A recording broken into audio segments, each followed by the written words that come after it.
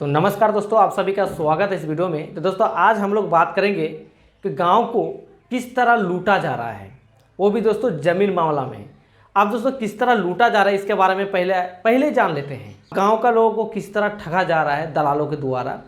देखो, ज़मीन मैटर के बारे में पूरा बात करेंगे और ज़मीन मैटर में किस तरह ठगे जा रहा है। और जिस तरह ठगे जा रहा है, हमें लग रहा है कि ये जो ठगने का जो एक जर्नी है, ये इसको बिल्कुल ही बिजनेस बना लिया है। यहाँ इतना करप्शन है कि एक बिजनेस बना लिया है कि कैसे भाई लोगों को ठगना है।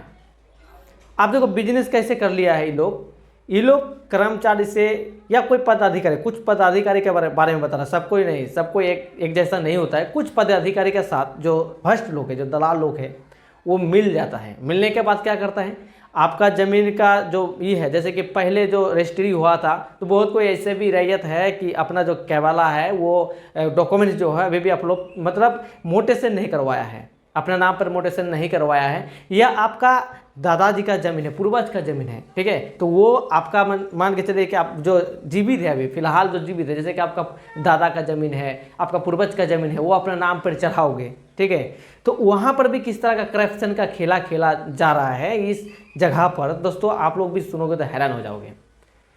कोई लोग तो दोस्तों 1 लाख 1.5 लाख देकर रखा है दलाल को, जो यहाँ काम कराता है 1 लाख 2 लाख 50,000 60,000, जो जिसका जैसा मैटर है उस हिसाब से पैसा दे के रखा है। आप देखो, मान के चलिए कि एक मेरा पूर्वज का ये ज़मीन है, पूर्वज का ज़मीन है, वो ज़मीन हम अपना नाम पर चढ़ाएंगे। मान के चलिए अभी जो जीवित है, जो व्यक्ति जीवित है, जैसे कि उसका पोता जीवित है या उसका बेटा जीवित है, तो उसका क्या करेगा, उसका जितना भी प्रॉपर्टी है वो अपना नाम पर चढ़ाएगा। तो उस प्रॉपर्टी में क्या करके रखा है, जैसे कि खेसरा है, ठीक है, जैसे कि कोई मान के कैवेला है या खतियानी ज़मीन है, तो खतियान में दोस्तों कुछ अलग है। जैसे खाता नंबर मान के चले कि 172 है, लेकिन उसको कर दिया है क्या 772, उल्टा कर दिया है ऑनलाइन में जो चढ़ाया है। अब इसका फैक्ट बताइए, सोचिएगा कि लोगों को किस तरह ठग रहा है। अब इसको क्या कर रहा है कि देखिए आपका जो ज़मीन है, तो जो कैवाला है उल्टा पुल्टा हो गया है, आपका ये जो प्लॉट है वो दूसरे के नाम पर हो गया है, देखो दूसरा प्लॉट नंबर दिखा रहा है। इस तरह मतलब ठग रहा है लोगों को। अब उसी को सुधार करने के लिए जो दलाल लोग हैं, तो वो क्या करता है 1 लाख, किसी के पास 70,000, किसी के पास 80,000, इस तरह ठग रहा है। मैं बोलना ये चाहता हूँ कि मान के चलिए कि एक जो गरीब इंसान है, जैसे कि गरीब जो मजदूरी करता है, ठीक है, वो मजदूरी कर कर एक साल में, मान के चलिए एक साल में 60-70 हज़ार रुपया या 50,000 रुपया परिवार को चला उला कर, मतलब इतना कमा कर बच जाता है। अब मान के चलिए 1 साल मेहनत करेगा तो फिर भी किसी का होता है, नहीं तो सबको, तो बहुत कोई ऐसे भी लोग हैं कि खा पी के बराबर कर देता है। लेकिन कुछ लोग ऐसे भी होते हैं कि कमा उमा कर रखा है, नून खुद्दी खा कर रखा है 50-60 हज़ार रुपया, और ज़मीन के कारण उस 50-60-70 हज़ार जो भी है वो दलाल खा लेता है। और लास्ट में क्या होता है, वो जल्दी ठीक भी नहीं होता है। 50,000 जब रुपया लिया ठीक करने के लिए, उसमें भी और भी पैसा लग जाता है, ठीक है। ये है करप्शन, ये है गांव का स्थिति। अगर इस पे सरकार अगर काम करते हैं अच्छे से, तो शायद इस तरह नहीं होता।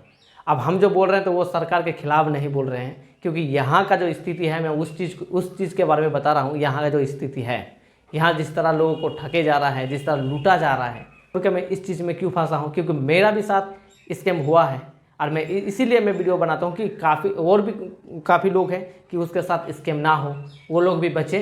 तो देखिए, मैं आपको लास्ट अंतिम में एक बात और कहना चाहता हूँ।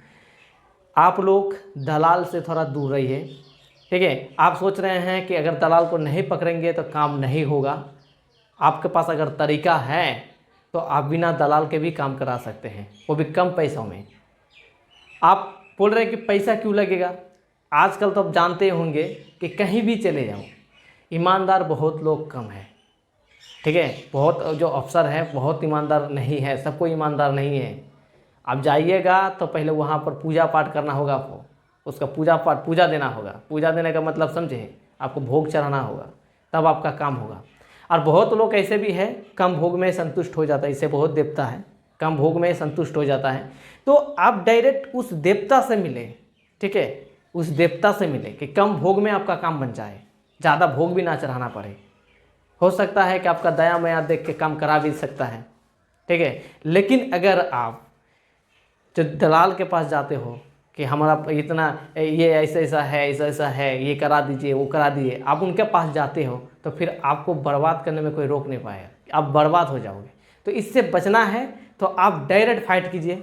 जिसके पास आप काम करना चाहते हैं, जो काम करता है, मैं किसी कार्यकर्ता का नाम नहीं लेंगे, जो काम करता है उसके नाम नहीं बताएंगे, आप किस अनुभव से जाते हैं, आपका माइंड सेटअप कैसा है, क्या आप उन लोगों से कैसे बात करते हैं, आपका बात कैसे सुनता है, वो आपके ऊपर डिफरेंस है। समझ में आ रहा है? मैं इतना ही समझाने चाह रहा हूँ कि अगर आपका ज़मीन है, अगर आप सुधारना चाहते हो, बर्बाद होने में बचना चाहते हो, तो आप डायरेक्ट बात कीजिए उनसे। डायरेक्ट जो भी होगा, जो भी आपके साथ समाधान होगा, वो डायरेक्ट बात कीजिए। अगर वो नहीं सुनता है तो फिर अगला स्टेप को चुनिए। इसमें क्या होगा, आपका समय भी कम लगेगा और आप आर्थिक रूप से बच जाओगे। इस चैनल में आप प्यारा सा लाइक दे सकते हैं और इस चैनल को सब्सक्राइब कर सकते हैं। और फिर मिलते हैं एक नए वीडियो के साथ। जय हिंद, जय भारत।